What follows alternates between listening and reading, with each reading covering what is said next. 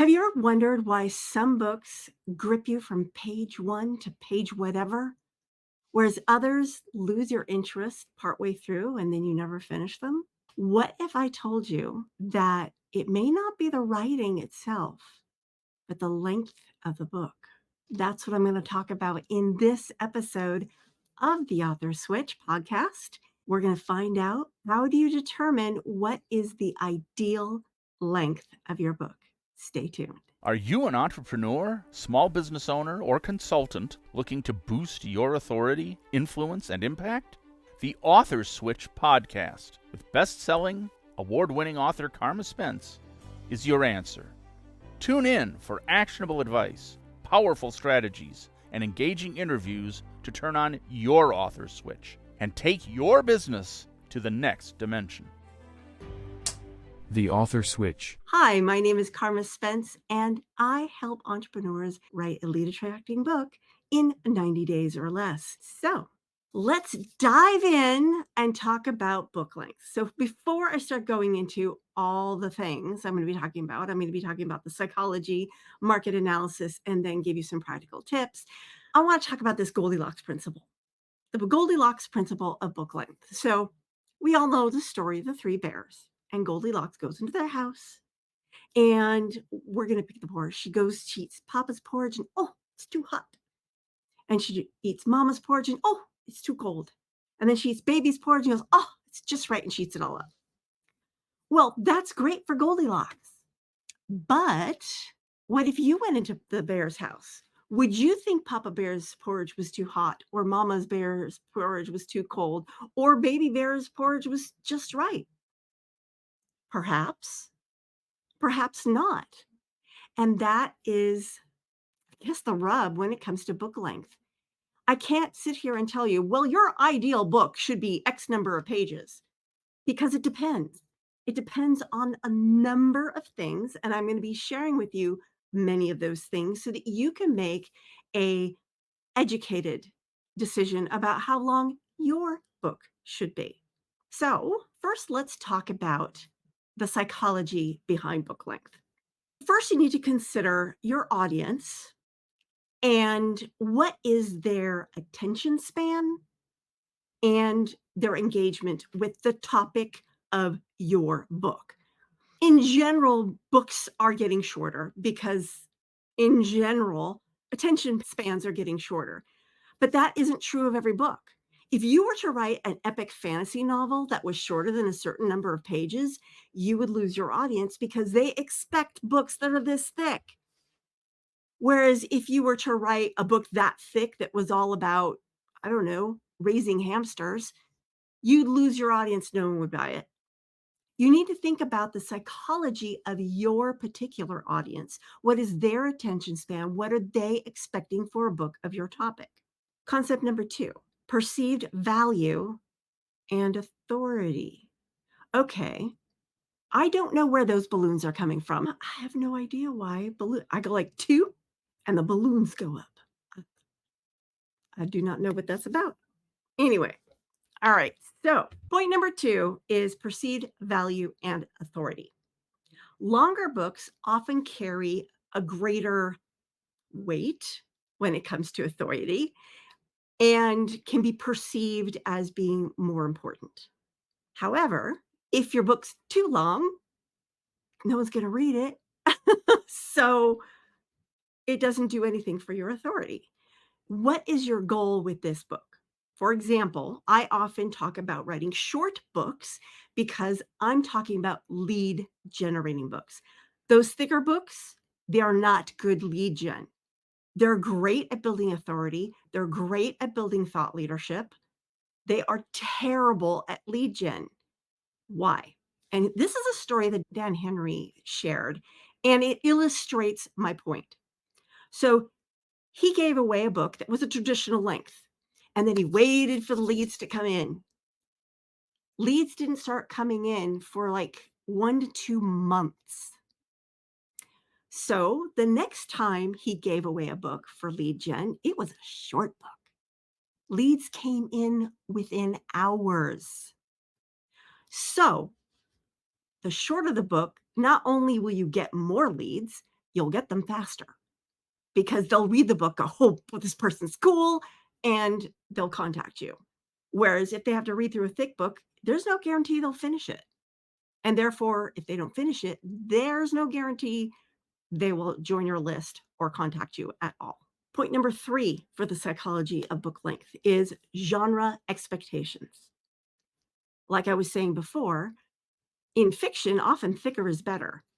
In nonfiction, not so much. In fact, if you look at the top selling books in nonfiction, they are gradually getting shorter and shorter and shorter. In fact, they have from, I think it was between 2017 and 2022, the length of the best selling nonfiction books dropped by 52 pages. So, what I found is your sweet spot is anywhere from 75 pages, because that's the smallest number that you can have in order to print the book. Anything less than that, it remains an ebook, it doesn't print well. Or you get a really angry person who buys the book. They're like, "What's this?" But if it's at least 75 to 100 pages, it prints a decent size and it's cost effective and people will read it. 200 seems to be for nonfiction in general. For if you want to do a combination of lead gen and authority, that's probably about the max you want to do. You can go a little bit higher, but your lead gen is going to drop. The shorter the book, the better the lead gen. And also you need to consider, what are readers expecting when they pick up your book?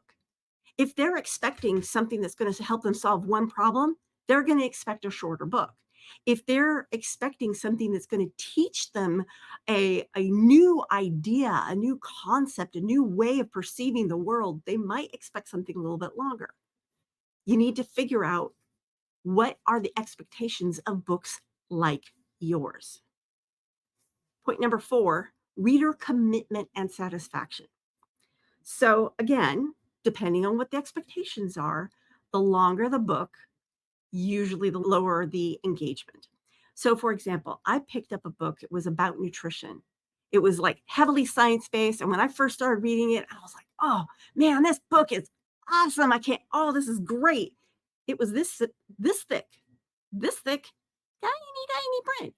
I got about 5 chapters in and I'm like, oh my God, I can't bring myself to read it. And so I put it back on the shelf and I've never picked it up again. It wasn't that it wasn't a good book. It was too much information. I couldn't do it. And you don't want to do that to your readers. So how committed are your readers to the topic you're writing about? That will help you determine how long or short it needs to be. If you're writing about a topic they're not terribly committed to, then you want a shorter book. But if it's something that it's a deep, abiding interest, then you can have a longer book. Again, where is your reader commitment and engagement in the topic? That helps you determine length. Point number 5, market trends and digital formats. Ebooks and audiobooks have changed the market and they've changed readers' expectations. If you're going to do a ebook or an audiobook, shorter is probably better. Shorter is probably better in those formats because people just don't have the bandwidth for anything longer. That said, there are longer ebooks, but the shorter ones sell better. So, just saying, depends on if you want to sell the book or not. And in general, for business books, I recommend that you have it available in ebook, in audiobook, in paperback, in hardcover, because you'll get more readers. Because there are people who will only read ebooks. There are people who will only listen to audiobooks. There are people who will only read physical books. And when I was like looking at the stats for all those different formats, physical books still has the larger share of market, but I think ebooks were like around 25% of people will only read an ebook. And right now, because audiobooks are fairly new, I think that was around 10%. But that's 10% of people that you wouldn't get if you did not have an audiobook. Just saying. Just saying. So Now let's move on to market trends for book length. So the first trend to think about is the rise of audio and digital formats. They are grabbing more and more of the book market share. Yes, right now, physical books have about 65%, as last I checked. That might be about a year or two old, but about 65% of the market share of books sold. But there is a growing number of people, like I said, who will only read ebooks, who will only listen to audiobooks. And you are losing out on that market if you don't offer your book in those formats. Now, how does that affect length? Well, a really long audiobook, number one, it's going to be a slog to read. And number two, you are more likely to lose your audience.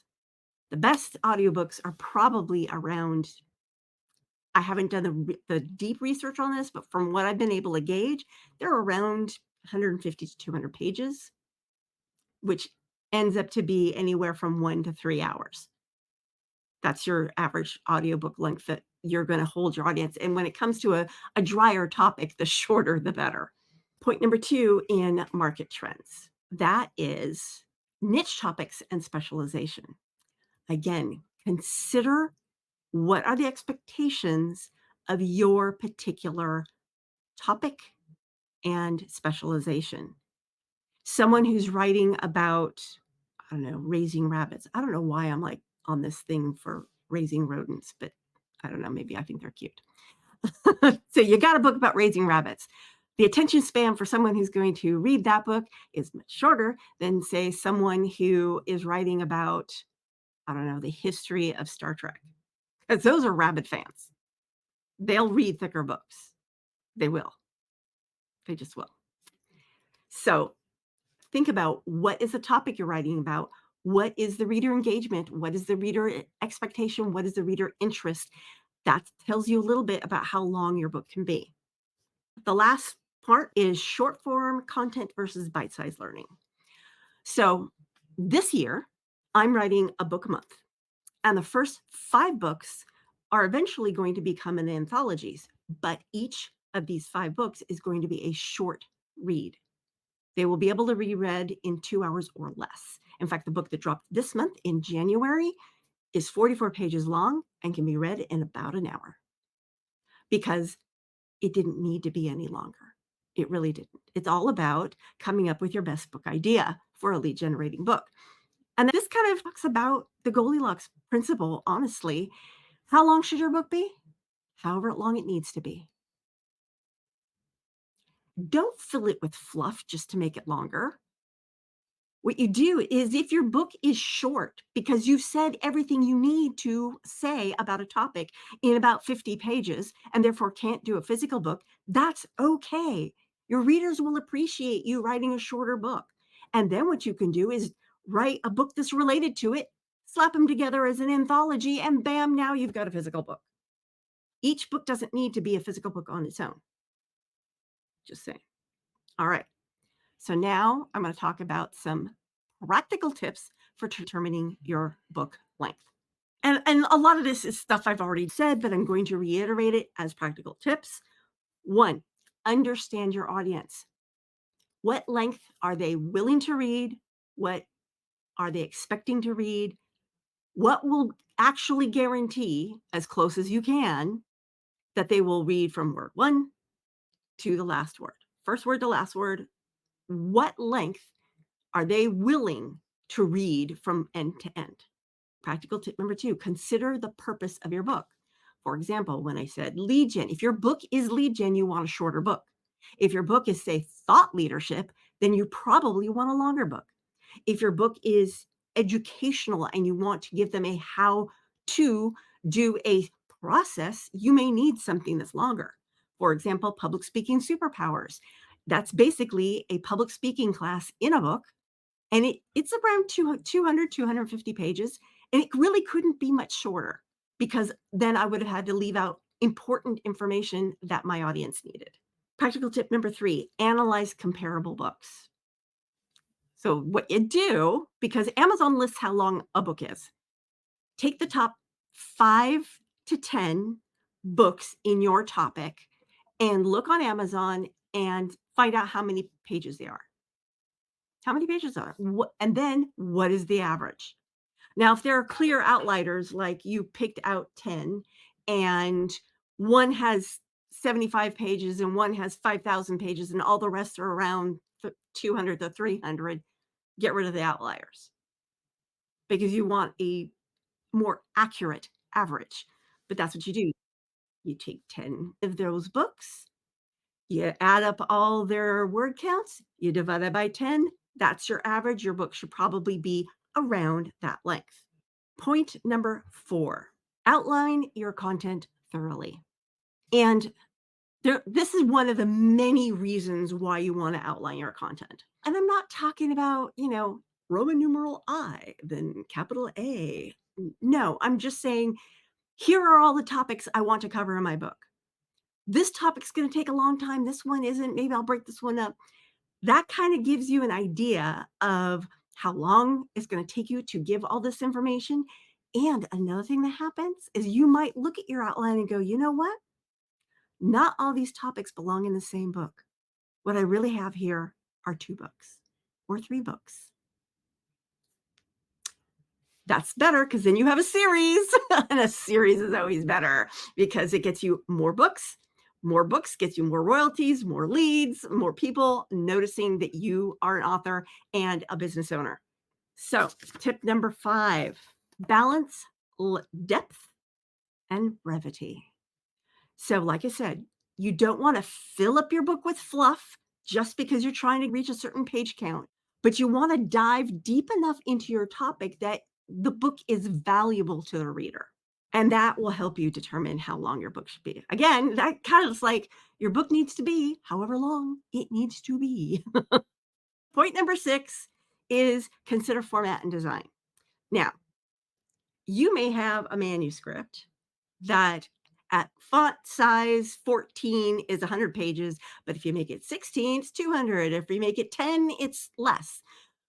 So you can play with font size in your design to also wiggle room your page length. That said, don't make the font size so tiny that people are like, I can't read this. Make it a decent readable size. Some people swear by 16-point Arial. Other people swear by Times New Roman 12-point. There's another one you can look at. In general, just for formatting, in general, books usually have a serif font for their regular font and a sans serif font for their title. In general, most books are like that. And when I say serif font, that's like Times. It's got the little squigglies on it. A sans serif font is like Arial. It has no squigglies on it. However, there are books that do the reverse. But in design in general, you want one to be one and the other to be the other thing. You don't want both of them to be sans serif. You don't want both of them to be serif. It's just a visual thing. That probably went off the topic, but that's okay. It's good information. Since we're off the topic just a little bit, nonfiction books tend to be on white paper. Fiction books tend to be on the creamy beige paper. Yes, you will find books that don't follow that. But in general, if you've got a nonfiction book, you want it on the white stock. Point number 7, get feedback from beta readers. If you are not sure of how your book's going to play in the market, get a team of beta readers to read it and give you their feedback. They will tell you, oh my gosh, this was way too long. Or I was like wanting more, give me more. Or they're going to say, this was just right. Or they're going to say, this topic, I didn't understand it. Or this topic just felt like it was out of place. Your beta readers are gold, especially if this is your first book and you're really not sure what you're doing. Tip number 8, revise and edit strategically. That means once you've got your book out there in your manuscript, it's done, you want to edit it, you want someone else to edit it, you want a professional person to edit it, and you want to basically take out all the words that don't need to be there. If it's got too many notes, just take out a few notes. To quote the king in Amadeus, too many notes, just take out a few. But you want to be strategic about that. You want to take out the fluff, take out the words that don't need to be there, and keep the words that make everything clear. This is especially important for nonfiction books that you want to help build your authority, your thought leadership, your expertise, your visibility, and get you leads. You really want to be succinct and clear and get to the point, which I'm probably not doing in this podcast, but you understand. Tip number 9, reflect on your unique voice and style. Everyone has a style. And sometimes that means that you will leave in a little bit of fluff because that's your geek factor. That's how you phrase things, how you express your unique you-ness. But don't go so far that it makes the book too long or the book too short. And my final tip is stay flexible and adaptable. That means when a beta reader tells you something's too long, don't go, you're wrong. Work with what the information they give you. Listen to what they're actually saying. This is something I found when I'm editing a book. Sometimes an editor will say, no, the sentence needs to be this way. When I read what they've edited, they changed the meaning of what I intended. What does that tell me? That tells me I didn't communicate what I intended properly. So then I changed their edit to make it more clear, using the way they edited it to inform me of what I did wrong. When beta readers tell you something, listen to what the underlying message of what they're saying so that you can correct your book in a way that will be more meaningful while still being in alignment with your vision. So that is the Goldilocks principle of book length. Your book needs to be however long it needs to be. And what's most important in determining how long it needs to be is reader expectation, reader commitment to your content, and how much length of a book is required to get your message out clearly, succinctly, and compellingly. This is the end of this week's episode of the Author Switch podcast. I hope you found this information useful and of value, and I would love to hear from you about if you've got any tips on book length, or if you have any questions that you'd like me to answer in a future episode, please put it in a comment or send me an audio or video and I'll include you in the podcast. You can find information on how to submit questions to the podcast on the podcast page at authorswitch.com/podcast page. This is Carma Spence saying ciao for now. If you've enjoyed this episode of the Author Switch podcast and would like to show your support, there are a few ways that you can do that. First, I encourage you to subscribe to the podcast so you never miss an episode. Additionally, leaving a rating and review would greatly help me reach more listeners and continue providing valuable content. To stay up to date with the Author Switch podcast and gain access to additional information on amplifying your authority, influence, and thought leadership through books, you can follow me on LinkedIn at Carma Spence. For those interested in catching up on previous episodes, including those no longer available on podcast platforms, you can find them all at authorswitch.com/episodes, where you can choose to watch or listen to them at your convenience. Thank you so much for your support and for being a part of the Author Switch community.